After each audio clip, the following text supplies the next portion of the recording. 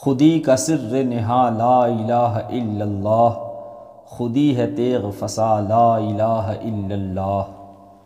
تشریح: انسانی خودی کی ترقی اور ارتقاء کامل اس بات پر موقوف ہے کہ انسان کلمہ توحید پر اس طرح ایمان لائے کہ اس کے عمل سے یہ ثابت ہو کہ وہ کائنات میں اللہ کے سوا نہ وہ کسی ہستی سے ڈرتا ہے نہ کسی کی اطاعت کرتا ہے، یعنی اللہ کے سوا نہ وہ کسی کو اپنا معبود قرار دیتا ہے، نہ مقصود نہ مطلوب۔ اس کا مرنا اور جینا صرف اللہ ہی کے لیے ہے، یعنی توحید پر عامل ہونے سے خودی کی مخفی قوت بروئے کار آ سکتی ہے اور وہ اپنے مرتبہ کمال کو پہنچ سکتی ہے۔ دوسرا شعر: یہ دور اپنے براہیم کی تلاش میں ہے، صنم کدہ ہے جہاں لا الہ الا اللہ۔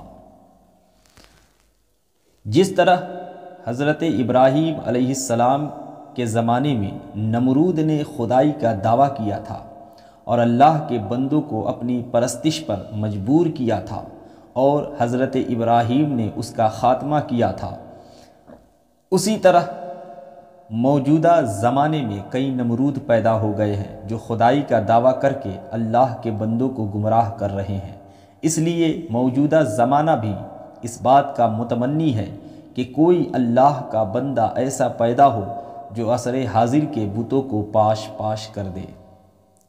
حال یہ ہے کہ یہ دنیا صنم کدہ ہے اور پرستش اور اطاعت کے لائق صرف اللہ ہی کی ذات ہے۔ تیسرا شعر: کیا ہے تو نے متاع غرور کا سودا، فریب سود و ضیاء لا الہ الا اللہ۔ تشریح: اے مسلمان، اگر تو نے اس دنیا فانی سے دل لگایا ہے تو بلا شبہ تو نے متاع غرور کا سودا کیا ہے۔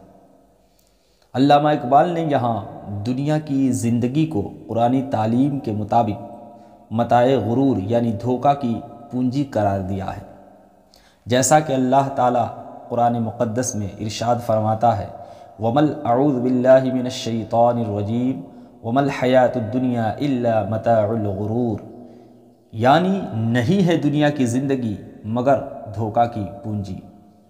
اے انسان، تو دنیا کی دلچسپیوں میں منہمک ہو گیا ہے اور سمجھتا ہے کہ اگر میں نے سچ بولا تو حکومت ناراض ہو جائے گی اور مالی نقصان ہو جائے گا، اور اگر میں خدا کے بجائے ارباب اقتدار کی اطاعت کروں گا تو مجھے دولت اور عزت نصیب ہوگی۔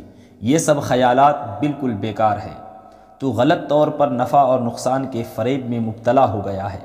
ارے نادان، نہ اس دنیا کی کوئی اصلیت ہے اور نہ اس کا سود و ضیاء کوئی حقیقت رکھتا ہے، کیونکہ اللہ کے سوا نہ کوئی معبود ہے، نہ مقصود نہ مطلوب۔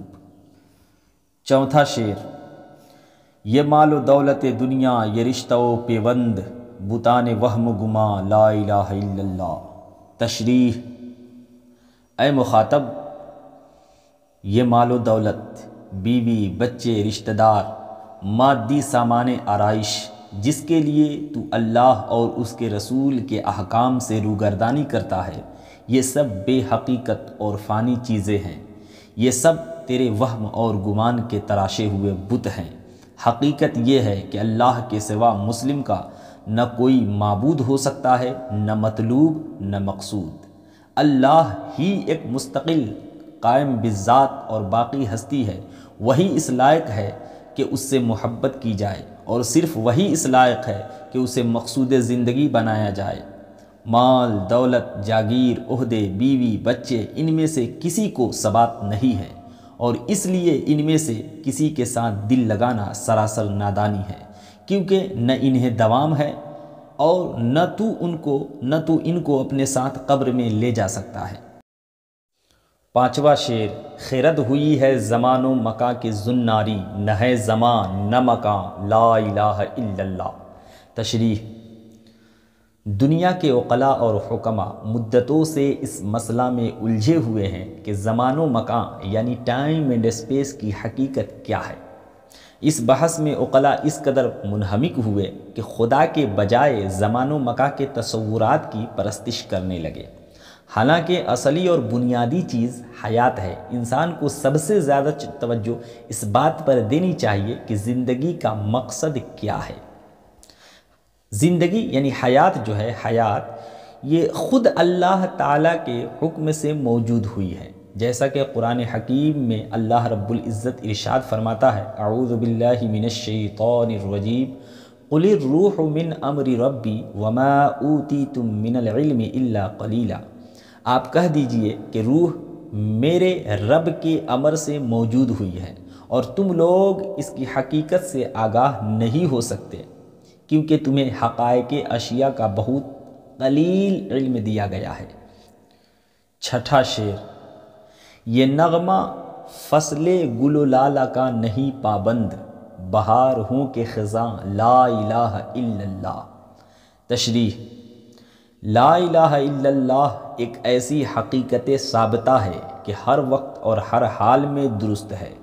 عموماً لوگ موسم بہار میں موسیقی پسند کرتے ہیں، لیکن یہ لا الہ الا اللہ کا نغمہ ایسا دل پذیر ہے کہ بہار ہو یا خزاں ہر موسم میں دل کو بھاتا ہے۔